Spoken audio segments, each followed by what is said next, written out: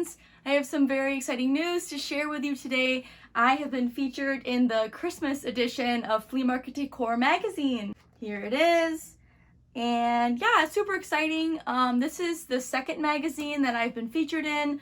The first one was Country Living magazine, and I want to share all about the process of how that happened, because when I first started out, I wanted to know how I could get featured in magazines too, and once I was selected, I had all these questions that I was Googling, like when does the magazine come out once you've been interviewed, that kind of stuff. And so I want to share all the knowledge that I have about it and the things that I did to get me featured so that hopefully you can get featured too. If there is a magazine that you want to be featured in, start by following them. Follow them on Instagram, or if you're on TikTok or whatever's your main platform, make sure that you're following them there. I'm talking about Instagram specifically because that's my main platform. So I'll be on Flea Market Decor's magazine's Instagram account. And if you go to see who they're following, then it'll say at the very top hashtags, and it'll show what hashtags they're following. So Flea Market Decor magazine follows flea market finds, and I will use that hashtag when I come home from a flea market and I post about what I found. I use the hashtag sporadically because I don't want them to constantly see it and be annoyed by me. I use the hashtag when there's something really special and I want them to see it. And I'm not sure if that's how I got chosen by Flea Market Decor magazine, but I do think it helps. When they did send me direct messages, they would say things like, "I love your content." So they were noticing me in that way. So definitely follow them on Instagram and check out what hashtags they care about. I also will just use Country Living and Country Living Mag, just to see if it works. I don't know if it did. I don't know specifically what made them find me, but just try different things and see if you can get noticed by them. So with Country Living magazine, here's what the feature looked like. Next to Fancy Feast, how appropriate, I love cats. This is what it looks like. It was my rainbow decor shelf. An editor at Country Living sent me a direct message on my Instagram, and it went into my requests folder because I don't follow the editor. I only follow Country Living magazine. Also with Flea Market Decor magazine, the editor sent me a message and it went in my other requests folder as well. I've done interviews for television shows, and those were in my requests folder, and even my hidden requests folder on my Instagram. You should always, always, always check those other folders because you never know who's trying to reach you. All right, anyway, back to Country Living magazine, getting my very first pitch from a magazine ever. It was January 2021, and I had about 8,000 followers. And they messaged me on Instagram asking if I wanted to be featured, and I said of course, and I gave them my email address. And it started with the editor giving me a phone interview. And it wasn't they'd already chosen that I was going to be featured. It was an interview for what they were actually going to put in the magazine, asking me questions like, what was I like when I was a kid? Did I like going to flea markets at that time? Asking me where I find my stuff now, who inspires me, those kinds of questions. I was so nervous and I was so unprepared. My advice to you would be to think of those questions ahead of time. Whatever your niche is, think about what inspires you, all those things.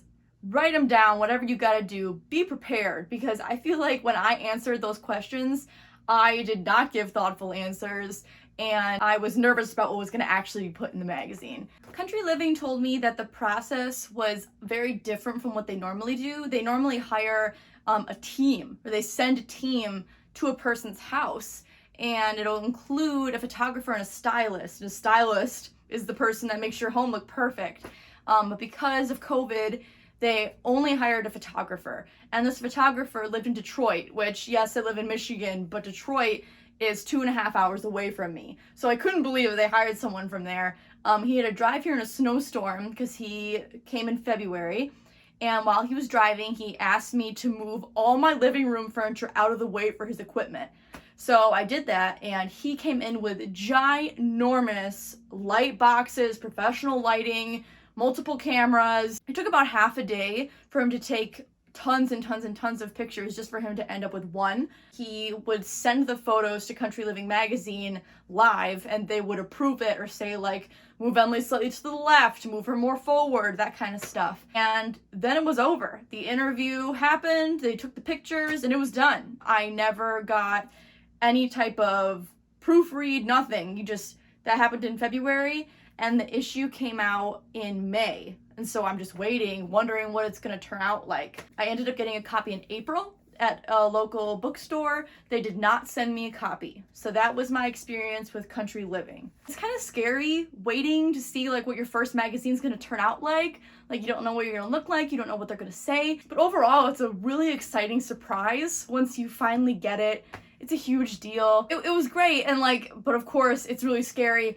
Someone that's used to doing their own photography and posting their own stuff, it is scary to give the reins to somebody else, but it's definitely fun. But I want you to be prepared for, there might be months of waiting for the magazine to come out, but it's totally worth it, and it will, I'm sure, be incredible when it does happen. With Flea Market Decor magazine, the process was completely different. It is a smaller magazine, so again, it started in my DMs, and I gave her my email address because I wanted to be featured. The editor asked me to send 20 of my best Christmas photos from last year. So they didn't send a photographer or anything. I mean, I don't know if they didn't send a photographer because obviously it was like May at the time and I don't have any Christmas stuff out. But I get the feeling that because they're a smaller magazine, they just might not pay for photographers. And why not? Because I take all my own photos, so they can just use my free Instagram ones. So I looked through my Instagram pictures from last year. I picked 20 Christmas photos that had me in it and had me with my decor, either like big interior shots, but also like zoom-ins on more special decor. Once I sent that, she hooked me up with a writer, and the writer wrote out a bunch of questions for me and emailed them. I mean, there was a ton of questions, and I much preferred that method over the phone call interview because it gave me time to really give thoughtful answers that I actually meant. I actually really almost preferred the smaller magazine the way that they went about it. I sent them my interview responses, and then again, I had to wait a few months. They first contacted me in May, and this issue came out in August. The issue is officially out August 16, and I got it a week before. Again, they didn't send me a proof, so I'm guessing they just don't ever do that with magazines. I really don't know. But yeah, I anxiously await what it looks like, and to my surprise, I had a 10-page spread. I did not know that would happen. It was a fantastic surprise. I had no clue if it would be a small feature or what. So it's a lot of fun waiting to see what shows up in your mailbox. Oh yeah, Flea Market did send me a copy in the mail. Versus Country Living, I had to go buy my own. So that was very nice. They seem really great. I'm a big fan of Flea Market Decor magazine for sure. Oh my god, it is so hot in here, and it's ridiculous because this is a Christmas issue, but it came out in August. Anyway, overall, what's really important is that on social media, you have a unique perspective and a unique point of view with your content. If you're just, buying stuff at Pottery Barn and you're trying to make it look exactly like the magazines that you're seeing, no magazine is going to want to feature you because you just look like everybody else. They want something special from you. When it comes to being featured in media, they want people that are different. They want people with interesting perspectives. Don't be afraid to be different on social media and try different things and see what happens. It's important not to blend in when it comes to Instagram and other social media platforms. So the overall takeaway from this would be to make sure that you follow the media platforms on Instagram or whatever your main platform is. Make sure you're following them. Check out what things they're following so that you can start participating in those hashtags. Check your requests folder. I can't stress that enough. Check that. And your hidden requests, check that often. Next would be to create unique content and do that consistently. I post every day, and make sure that you put yourself out there because no one's gonna feature you if they don't see you. That's a whole nother video about the things that you need to do to have a successful Instagram account. And I can do that for you if you'd like. But I have a blog post all about what I've done to have a successful Instagram account. I've done a lot of research to figure out how to have a good Instagram account, and I've compiled a list in my blog post of all the things that actually worked for me and what things didn't. So I will link that blog post below for you to read. If you have any questions for me about this process of getting featured, feel free to leave a comment. I will definitely get back with you. Also, if you have any topic suggestions, things that you would like to hear from me, I would love that. Leave those in the comments too. If you liked the content that I made today, let me know by liking the video and also subscribe to my channel. That really helps me out. But that's it for today. Thanks, friends.